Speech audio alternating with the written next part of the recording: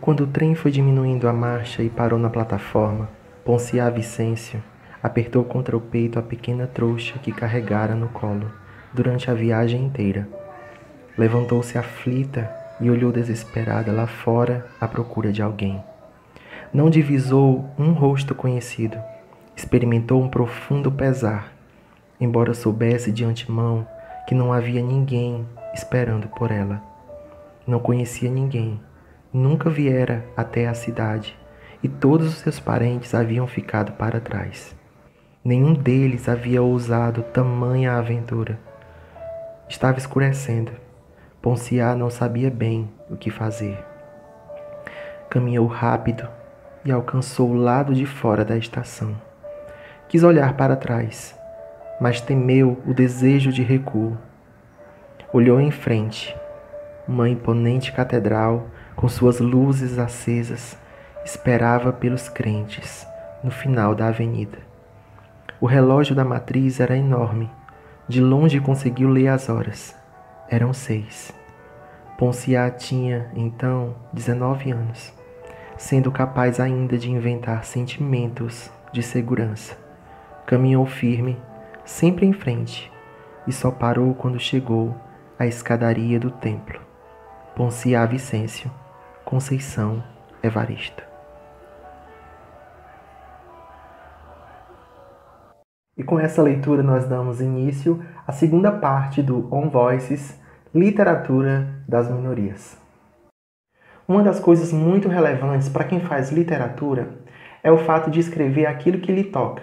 Não precisa necessariamente ser algo que você viveu na sua história, pode ser algo que você observou ou algo que te incomodou e você sempre quis falar sobre isso, uma defesa. Então, não tem problema um homem branco escrever sobre um homem negro, um homem hétero escrever um personagem LGBT, ou um cristão, um escritor cristão, falar sobre um personagem de matriz africana, desde que tenha o cuidado de narrar os fatos de forma legítima, de forma respeitosa, até porque ele está falando sobre algo que ele não viveu. Esses autores, apesar de toda a relevância da sua escrita e da importância dessa escrita num quesito social, eles não são considerados livros on voices, pois o autor não compartilha da identidade do personagem. Existe uma diferença entre falar sobre algo e falar de algo. A gente pode falar sobre coisas que nos tocam, coisas que nós observamos na vida, compor personagens a partir de temas que nós consideramos relevantes, mesmo que nós não tenhamos vivido na pele daquele personagem. Mas a gente só pode falar de algo quando a gente vive. Então, escritores on voices, livros on voices, precisam ser escritos por pessoas que podem falar ou seja, podem falar daquilo com propriedade. Muitas vezes você é um escritor do sexo masculino, mas a sua protagonista é uma mulher, não tem problema, contanto que a temática, se é para falar sobre discriminação religiosa ou sobre discriminação racial ou qualquer outro tipo de assunto que é considerado pela sociedade marginalizado, você precisa ter passado por aquilo para você falar com propriedade. Então, isso faz um livro ser um livro on voice. Em 2015, a Lee Low Books, uma editora independente de livros infantis pertencente à minoria nos Estados Unidos, entrevistou mais de 13 mil funcionários em 35 editoras e 8 revistas de revisão, como parte de sua primeira pesquisa. A pesquisa, que analisou raça, identidade de gênero, orientação sexual e deficiência, descobriu que a indústria editorial era predominantemente branca, heterossexual e não deficiente. Essa falta de diversidade pode explicar por que obras de talentosos escritores de cores e autores de outras comunidades marginalizadas falharam em encontrar tração significativa com as principais editoras ou não foram amplamente promovidas.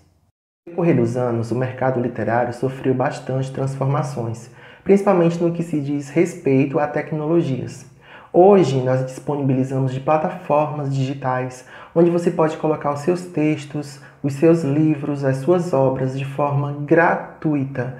É necessário apenas um esforço do autor para fazer a divulgação desse trabalho para alcançar um público leitor. Independente se vamos escrever livros on voices ou não, precisamos empoderar jovens, adolescentes, pessoas que são amantes da literatura, que têm prazer em escrever, a desenvolver essa voz, independente se é a voz on voice, a voz própria, ou se é a voz de outra pessoa, né? Como, por exemplo, autores que escrevem sobre crianças que são muitas vezes exploradas sexualmente, ou que passam por situações como a pedofilia e outros assuntos referentes à criança, que a criança não vai poder escrever, não vai poder falar sobre isso. Então, todos esses temas são muito relevantes e o papel do escritor é justamente esse, é denunciar, né? Então, nós que estamos inseridos nesse contexto social de marginalizados, precisamos empoderar essas pessoas do nosso meio, que também são pessoas que são marginalizadas, a escreverem as suas histórias, independente se vai ter uma voz própria ou se vai falar por outra pessoa que não escreve. Uma das coisas que mais me encantaram na literatura e que ainda me encantam é o fato de poder falar sobre coisas e de coisas da minha própria vida de outra forma, usando uma poética, usando personagens, usando situações que estão até mesmo fora da minha vida, mas que possam dar voz àquilo que eu realmente quero falar, né? Porque a literatura tem essa coisa do encantamento, essa coisa da imaginação, né? Da aventura, coisas que muitas vezes no nosso cotidiano comum não seriam tão interessantes ser exploradas. E nós temos essa possibilidade de transformar esse universo dentro da literatura.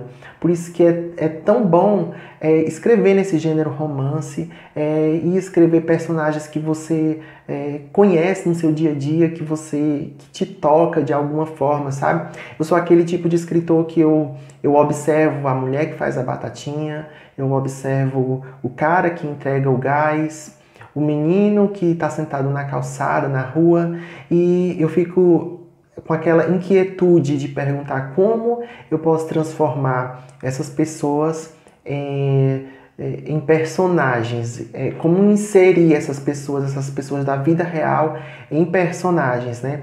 E principalmente sempre procuro dentro de mim falar aquilo que realmente me toca, principalmente as coisas que eu tenho experiências, que são vivências próprias, para que eu sempre possa ser um on voice, né? Tá falando de algo que eu vivi de verdade, que eu posso falar com propriedade. Eu acho que esse é o grande encantamento dos livros on voices, porque você não está vendo só uma personagem, uma história legal, uma construção bem feita, né, a estrutura, mas você está vendo ali um autor que passou por aquilo, alguém que está te falando com propriedade de algo verdadeiro, né, de algo que aquela pessoa realmente conhece. Eu quero agradecer a você que assistiu os vídeos até o final.